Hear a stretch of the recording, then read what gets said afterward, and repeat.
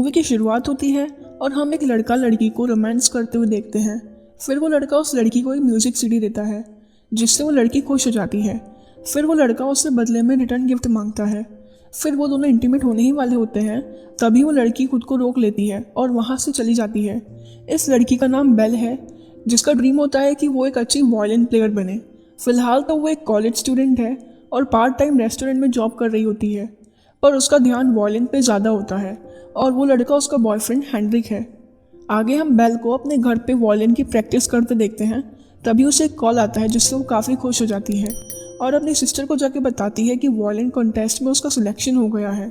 फिर वो ये बात अपनी मॉम को बताने जाती है, जहाँ हम देखते हैं उसकी मॉम एक रिजॉर्ट में सेक्स काउंसलर है।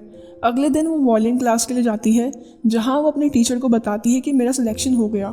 तब उसके टीचर उससे कहते हैं कि वहाँ पे टैलेंटेड लोग आएंगे, तुम नहीं जीत पाओगी। फिर वो उन्हें अपनी धुन बजा के बताती है, पर वो कहते हैं तुम्हारी धुन में फीलिंग नहीं है, तुम म्यूज़िक को फील नहीं कर पा रही हो। आगे हम देखते हैं वो अपनी फ्रेंड युक्षी को कॉल करके बताती है कि टीचर ने मना किया है पार्टिसिपेट करने के लिए। तो युक्षी उसे समझाती है तुम पार्टिसिपेट कर लो, और हमें पता चलता है कि उसका भी सिलेक्शन हो गया है। फिर हम देखते हैं बेल को उसकी मॉम समझा रही होती है कि पूरा दिन वायलिन पे फोकस मत करो, अपनी लाइफ जियो, अपने बॉयफ्रेंड को अपने घर लाओ, उसके साथ जो करना है वो करो, हमें कोई प्रॉब्लम नहीं है, बस तुम अपनी लाइफ जियो। रात को कॉलेज की पार्टी होती है, जहाँ वो अपने बॉयफ्रेंड हेनरिक के साथ काफ़ी एंजॉय करती है, पर हेनरिक उससे वहाँ से कहीं और जाने को कहता है। दरअसल हेनरिक उसके साथ इंटीमेट होना चाहता है, पर बेल हर बार की तरह कोई बहाना बना के उसकी बात को टाल देती है। फिर वो दोनों जब साथ में होते हैं तो हेनरिक उससे पूछता है क्या हम कहीं और चले, पर वो कहती है मैं वॉशरूम होके आती हूँ। और जब वो वॉशरूम से आती है तो देखती है कुछ लोग इकट्ठे होकर एंजॉय कर रहे होते हैं, और जब वो वहाँ जाती है तो देखती है वहाँ हेनरिक एक लड़की के साथ इंटीमेट हो रहा होता है। पर जब वो उनको देख रही होती है तो उसके दिमाग में वायलिन की धुन बजने लगती है। अगले दिन जब वो रेस्टोरेंट में काम कर रही होती है तो उसके दिमाग में वायलिन ही बज रहा होता है। तभी उसकी सीनियर उससे आके कुछ कहती हैं तो वो जॉब छोड़ के चली जाती है। आगे हम देखते हैं वो म्यूजिक कॉन्सर्ट के लिए निकल जाती है। जब वो वहाँ पहुँचती है तो देखती है कुछ लोग पियानो उठा के ले जा रहे होते हैं, तो वो उनकी हेल्प करती है। वहीं एक लड़का होता है जो उसे थैंक्स कहता है, और जब वो काउंटर पे जाती है तो वो लड़का उसे वहाँ फिर से मिलता है और उसे बेस्ट ऑफ लक कहता है। फिर वहाँ उसकी दोस्त युष्की आती है और वो उसे देख के खुश हो जाती है। आगे हम देखते हैं बेल की ऑडिशन की बारी आती है, पर वो बहुत नर्वस होती है, और जब वो स्टेज पे जाती है तो देखती है वहाँ वो लड़का जज की सीट पे बैठा होता है, और जब वो वायलिन बजाती है तो वो गलती कर देती है, जिससे वो उन्हें फिर से स्टार्ट करने को कहती है, और वो लड़का उसे एक और मौका दे देता है, पर वो अच्छा परफॉर्म नहीं कर पाती। और जब वो बाहर जाके उदास खड़ी होती है तो उसे महसूस होता है कि कोई उसे छू रहा है और वो किसी के साथ इंटीमेट हो रही है, और उसके दिमाग में वायलिन की धुन बजने लगती है। तभी वो अपने सपने से बाहर आती है और अपना वायलिन लेकर स्टेज पे जाती है। एक अच्छी धुन बजाती है जिससे सब लोग इम्प्रेस हो जाते हैं और वो भी बहुत खुश हो जाती है। फिर वो उस लड़के से जाके मिलती है तो हमें पता चलता है कि उस लड़के का नाम विंसेंट है, जो एक अच्छा वायलिन प्लेयर है।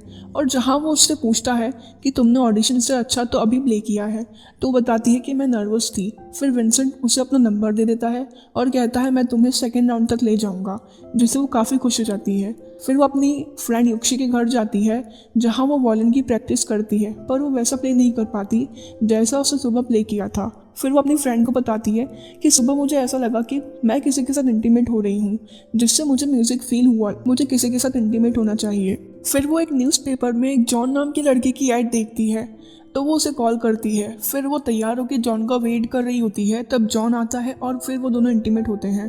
तब बेल हंसने लगती है और कहती है मुझे कोई फीलिंग नहीं आ रही है, हमें इसे स्टॉप कर देना चाहिए। फिर वो जॉन को पैसे देती है और वो चला जाता है।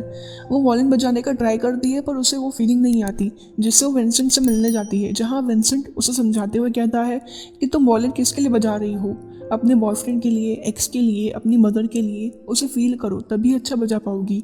फिर बेल वायलिन बजाती है, तब विंसेंट उसे छूता है तो वो वही फील करती है कि वो उसके साथ इंटीमेट हो रही है, जिससे वो अच्छा प्ले करती है। फिर वो घर पे जाती है और फिर से प्ले करती है तो उसकी फ्रेंड काफ़ी खुश हो जाती है। फिर युक्षी उसे अपने फ्रेंड्स के पास ले जाती है और सबसे मुलाकात करवाती है, पर वहाँ एक जैस नाम का लड़का रहता है, जिसे देख वो काफ़ी इम्प्रेस हो जाती है और वो भी उसके साथ फ्लर्ट करने लगता है। जब वो रात को सो रही होती है तो वो युक्षी से पूछती है कि जैस तुम्हारा बॉयफ्रेंड है, तो युक्षी कहती है नहीं। आगे हम बेल और युक्षी को नाइट क्लब में देखते हैं, जहाँ हमें पता चलता है कि युक्षी म्यूज़िक फील करने के लिए विग्रा लेती है। वो एक गोली बेल को भी दे देती है। फिर वहाँ जैस आता है और वो तीनों डांस करते हैं, पर बेल और युक्शी को क्लोज देख जैस वहाँ से चला जाता है। फिर वो दोनों एक दूसरे को किस करने लगते हैं और घर जाके वो दोनों इंटीमेट होते हैं। सुबह जब बेल उठती है तो युक्शी से कहती है मुझे प्यार हो गया है, जिसे सुन युक्शी खुश हो जाती है। फिर बेल कहती है जैस बहुत अच्छा लड़का है, पर उसने हमें कल रात देख लिया है, तो क्या वो मुझे एक्सेप्ट करेगा। तभी युक्शी वहाँ से नाराज़ होकर चली जाती है।